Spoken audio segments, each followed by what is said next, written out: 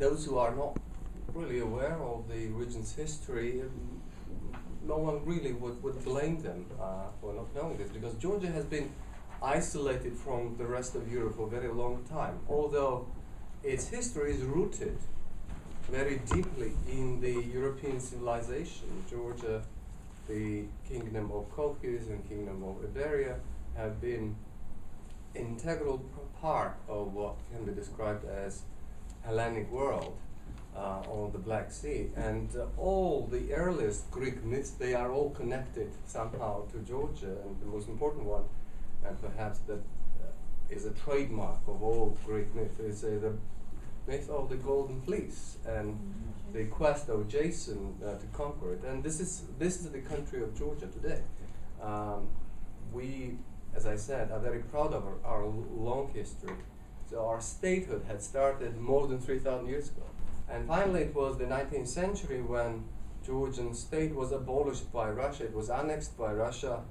And ironically, while Georgia had survived, a Christian Georgia, one of the oldest Christian nations around, survived the pressures from Persians, Arabs, and Turks and Mongols, and had retained a certain degree of autonomy within all of those empires, it was the Russian Christian Empire that basically abolished all forms of Georgian independence, autonomy, and even the Christian Church of Georgia, which was a fellow Orthodox church. So it was slightly ironic, historically speaking.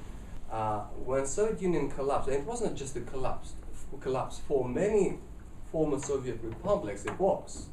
But for Georgians, it was something that we've been fighting for decades. And many Georgians basically gave their lives for that, for regaining freedom from, not just from Russia, but from totalitarian communist state, which was basically one of the worst experiences, even compared to very brutal conquest by some Oriental sort of empires. So basically, when we restored the independence after the collapse of the Soviet Union, the attitude of Russia, including the new Russia, which was a great hope for entire Europe and the world, that it would be a new progressive state, was something that gave us hope and unfortunately didn't materialize. The attitude was that this is a temporary nonsense. It's a moment of weakness, but Russia will regain its strength and will regain its territories and influences, etc. And the way Russia treated Georgia was not through offering some cooperation, some new deal. And Georgia would be happy to cooperate with Russia. We still are, and we're still looking at the time when that would be possible. The idea was simply to prevent Georgian independence from happening through imposed internal conflicts. This is a typical kind of KGB style of subversion. And when the independence became fact, then the same two conflicts within Georgia have been used as a means to prevent Georgia, as they would describe, escaping to the West. That's exactly what they're trying to do, to rebuild this empire. Well, at this time, they are not very nostalgic about communism, because what communism did to Russia was not necessarily a great thing, because yes, it was part of authoritarian sort of system, but communism was not the one that introduced authoritarianism to Russia. It has been a constant feature of Russian history, more or less. What was missed by leaders like Putin was the centralized government that basically ruled over this vast territory and applied a brutal force, not soft power, as most empires would try to do in the 21st century, but the military control over its neighboring territory. The reason why all democratic parties united at the time was that basically the system over which Shevardnadze presided was totally incapable of governing at the time. It was not that authoritarian, it was basically useless, inefficient. It was marked by, as I said, systemic corruption. the tax collection, for instance, was quite close to that of sub-Saharan figures at the time. So now, what the new government did was quite revolutionary, and this is what I would describe as revolution, not the way the power was transferred to the new people. The first thing that my government started doing was exactly cleaning up corruption. Well, we started with police, actually. The government tried to reform police, and the most visible side of it was the traffic police that would stop you driving. When you were driving, you would be stopped every 200 meters, and some tiny little money would be asked from you for nothing. So the increase of salaries didn't help. Finally, it came to simply abolishing and dismissing, firing the entire police force overnight. And we're talking about several thousand, tens of thousands of people. And the first expectation was that this would result in great traffic chaos. And guess what? For 1 month, there was not one single traffic police officer in the street, and didn't result in dramatic increase of traffic accidents. On the contrary, the most important idea was basically to reduce the government, to reduce the number of all those permits and licenses and taxes that simply bred corruption.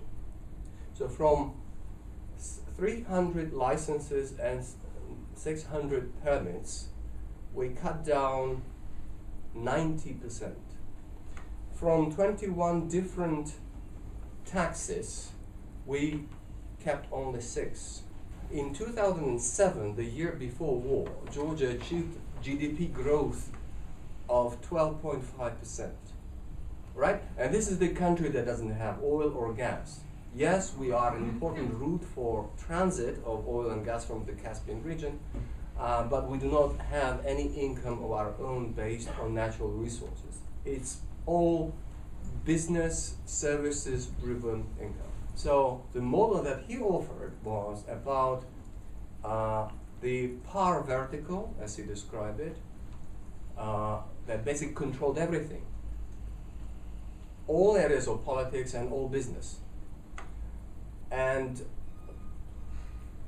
that was, in his idea, and still is, the only sustainable form of governance. And here you have a small country that was perceived in the past as a source of all Soviet corruption, all those Southerns, with this dark hair, everything was their fault. And suddenly, Transparency International says that Georgia is one of the leading reformers in fighting corruption, one of the least corrupt countries in Europe, and Russia is one of the most corrupt countries in the world. Well, suddenly, the World Bank says that Georgia is the 12th easiest place to do business in the world, and #1 reformer in the past 5 years, and Russia is at the bottom of the rating. So it's clearly not very attractive position. Our reforms and our pro-Western drive basically was annoying Russia for many years, and there were many attempts to derail it through economic means, which basically culminated in 2006 when Putin shut down Russian market for us totally. It was happening gradually. For instance, first they introduced the visa regime that applied only to Georgians from all ex-Soviet republics. So they basically closed Russia to Georgian nationals. They started hunting down ethnic Georgians within Russia and basically expelling them. Then they closed down Russian market to any Georgian goods, and for instance, Georgian wine was exclusively, almost 100% exported to Russia. It was more than 80% market for Georgia. And overnight, it was closed down. And in the middle of winter, they shut down gas supplies and electricity supplies to Georgia. And it was the coldest winter on record. So that didn't work. And finally, they resorted on war because they were determined to reverse this process of Georgia turning into European democracy with really visible economic success and social transformation that would really raise questions within Russia.